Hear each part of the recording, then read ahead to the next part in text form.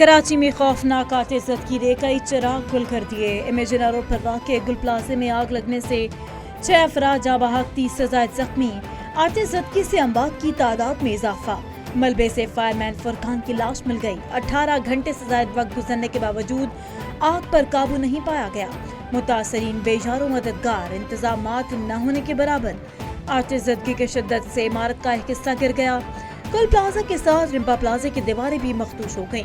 امدادی سرگرمیاں تاحال جاری۔ Sindh rangers Pakistan navy rescue operation میں مصروف۔ گل پلازے میں 1200 سے زائد دکانیں موجود ہیں۔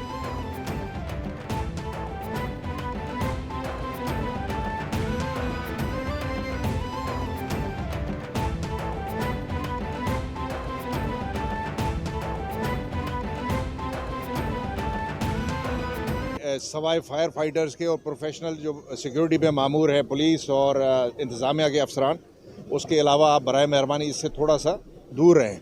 اس میں جو سامان تھا اس کی نوعیت جس طرح کارپیٹس، بلینکٹس اور کافی چیزیں ریزنز کی جو بنی ہوئی تھیں، اس کی وجہ سے آگ سمرنگ ابھی تک چل رہی ہے۔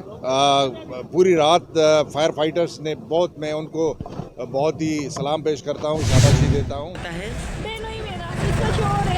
کس چیز کی دکان ہے ان کی؟ کوئی رابطہ نہیں ہو رہا؟ کیا نام ہے ان کا؟ بلال۔ اس کے ساتھ 2 بچے بھی، حیدر، فیضر۔ پہلے ہم لوگوں کا رابطہ ہو رہا تھا اور رابطہ ہوتے ہوتے نا ایک دم موبائل بند ہو گیا، آف ہو گیا، اس کے بعد ہمارا کوئی رابطہ نہیں۔ کراچی میں خوفناک آتش زدگی، شہر کی فضا سوگوار، ہر آنکھ اشکبار۔ خوفناک آگ، کسی کا باپ، کسی کا بھائی تو کسی کا دوست لاپتہ۔ گل پلازے میں شادی کی شاپنگ کے لیے آنے والی 6 خواتین لاپتہ۔ متاثرہ اہل خانہ کا کہنا ہے کہ گزشتہ رات سے ان سے رابطہ نہیں ہو رہا، اپنے پیاروں کے لیے پریشان ہے۔ شہری عمارت کے باہر بڑی تعداد میں موجود ہے۔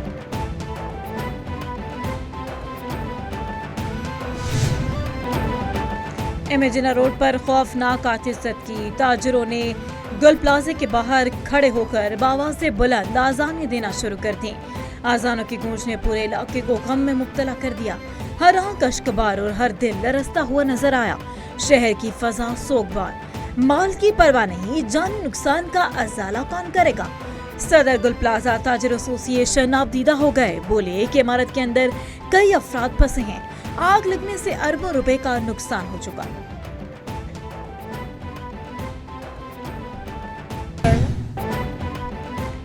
صدر مملکت وزیر اعظم کا کراچی میں آگ لگنے کے واقعے پر اظہار افسوس۔ صدر زرداری نے آتش زدگی کے افسوسناک واقعے پر گہرے دکھ اور رنج کا اظہار کیا۔ شہباز شریف نے کہا کہ ریسکیو آپریشن میں تمام متعلقہ ادارے مل جل کر کام کریں، متاثرہ تاجروں کے جان و مال کی حفاظت کے لیے تمام اقدامات کیے جائیں۔ چیئرمین پیپلز پارٹی بلاول بھٹو کا جانی و مالی نقصان پر اظہار افسوس، تحقیقات کی ہدایت، جاں بحق افراد کے خاندانوں سے اظہار تعزیت۔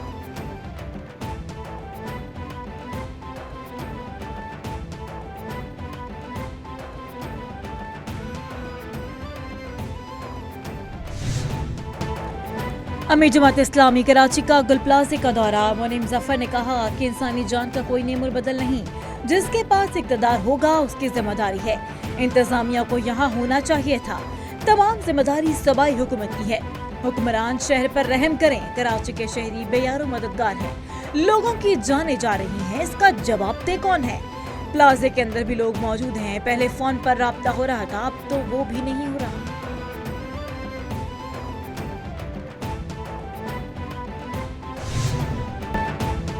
وزیر بلدیات سندھ سعید غنی کا گل پلازے کا دورہ، پلازے میں لگی آگ کے انتظامات کا جائزہ لیا۔ سعید غنی بولے کہ اندیشہ ہے اس وقت بھی لوگ پلازے میں موجود ہیں، آگ بجھانے کی بھرپور کوشش جاری، لاپتہ افراد کو فوری ڈھونڈا جائے۔ کراچی بہت بڑا شہر ہے، عمارتوں کی تعداد بہت زیادہ ہے، عمارتوں میں فائر فائٹنگ سسٹم کے لیے عوام کا تعاون ناگزیر ہے، حکومت کے لیے تنہا فائر فائٹنگ انتظامات کرنا ممکن نہیں۔